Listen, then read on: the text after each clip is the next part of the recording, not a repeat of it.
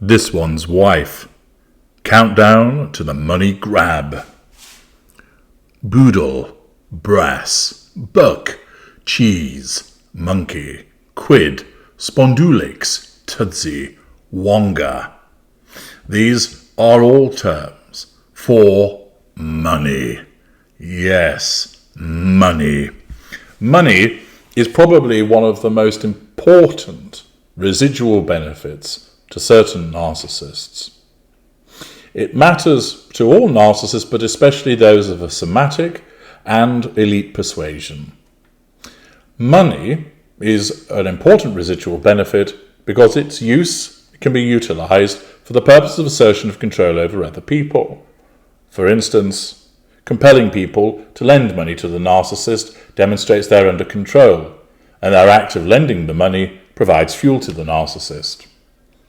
Financial largesse on the part of the narcissist by buying dinner for everybody enables that financial firepower to cause people to express their gratitude. Thus, they demonstrate they're under control, they all provide fuel, and it generates a facade, perhaps a facade of kindness, a facade of rampant generosity. Money allows access to information. It allows the coercion of people to do things for the narcissist. It allows the narcissist to buy an expensive house, which can then be used to triangulate other people with for the purposes of, you've guessed it, control and fuel. It allows the narcissist to buy expensive clothing, jewelry, cosmetic treatments, all designed to ensure that the narcissist looks good. Some narcissists aren't necessarily bothered with money. There are other things which drive their behaviors instead, or more accurately, there are other preferences that they have. They might be more focused upon the accumulation of knowledge or getting somebody to look after them. They might be more focused on sex, for instance. They might be more focused on athletic prowess. But money invariably features in some shape or form. Some narcissists are wealthy but tight with their money. Some narcissists don't have a lot of it but are hugely generous. Some narcissists make good use of other people's money. Some narcissists steal, other narcissists make huge fortunes and demonstrate their generosity and financial largesse over others. But money is a common theme with regard to most narcissists, and it is when it comes to this one's wife. We've seen that with regard to her signing the big deals with Netflix and Spotify and expecting millions of dollars to be sent her way for doing next to nothing. We've seen the way that she lives in an expensive house, hires security, wears expensive jewelry, spends a huge amount on clothing that doesn't fit her, that she flies in private jets.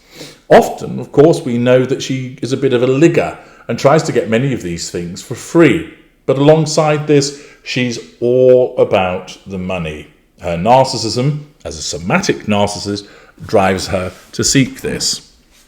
She got herself in a fairly decent position back in 2020 when the deals with Netflix and Spotify had been negotiated. It looked like everybody was beating a path to the Sussex's door to try and find out what they knew, what they had to say about their time in the royal family, and that the world was their oyster.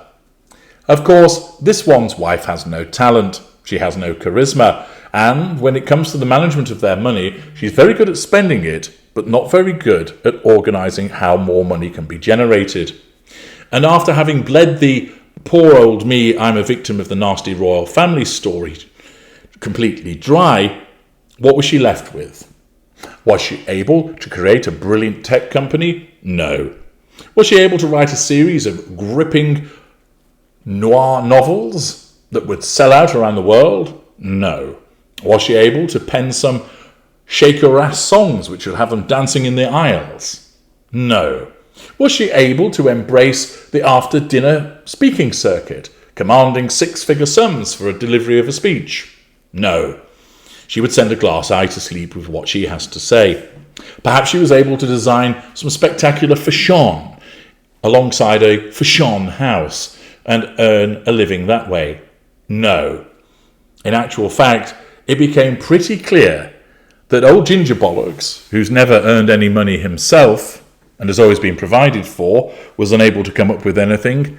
And while she did have something of a career as an actress, beyond that, she's not able to earn the big bucks that she wants. She's not able to lay her hands on the spondulics to the extent that she requires.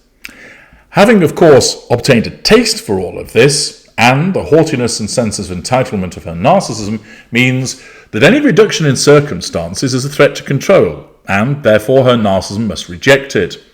And therefore, it would appear that with very little else to go to, she has had to resort to resurrecting the TIG. Yes, this boring matter of her resurrecting the semi-popular blog, which, if you want a really good laugh, watch my series The Stig. You'll be crying with laughter and no doubt needing a change of underwear afterwards. Watch The Stig. But with her, we've had the repeated threat, and it is a threat in a way, that she would be returning to Instagram and that the TIG or some kind of derivation thereof would be making its appearance in cyberspace. Well, the rumour mill has continued with the suggestion that D-Day, i.e. Doomday, is November the 1st. That she's going to launch on that date for the purposes of getting the pre-Christmas dollars. Yes, in a cynical move to relieve the nation of its hard-earned wonga, she is seeking to launch on the 1st of November, and therefore we are now in the countdown of just a week away, apparently, to her big money grab. Whether this rumour turns out to be accurate, well, you'll find out in 7 days' time. What will it be entitled? Some think that she's going to do something similar to Goop, Poop, as I have christened it. Maybe the TIG will be resurrected and it'll be just that, the TIG. Incorrectly named because the G in Tianello is silent, therefore it should just be called the T. Whatever it appears as, it's simply a return to what she's done before, possibly with a bit more pizzazz and sparkle.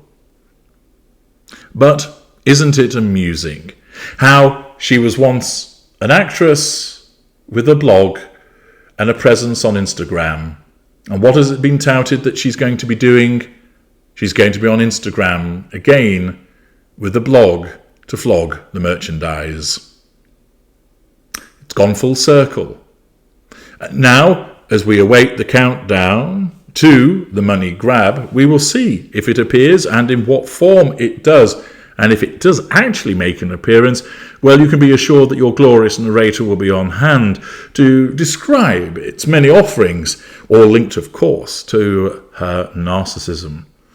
It's no surprise that she's grasping for this money. It's part of her narcissism. But we will see whether this particular rumour is correct and whether there really is a countdown to the money grab. Let's wait and see. I'm HG Tudor. Thank you for listening.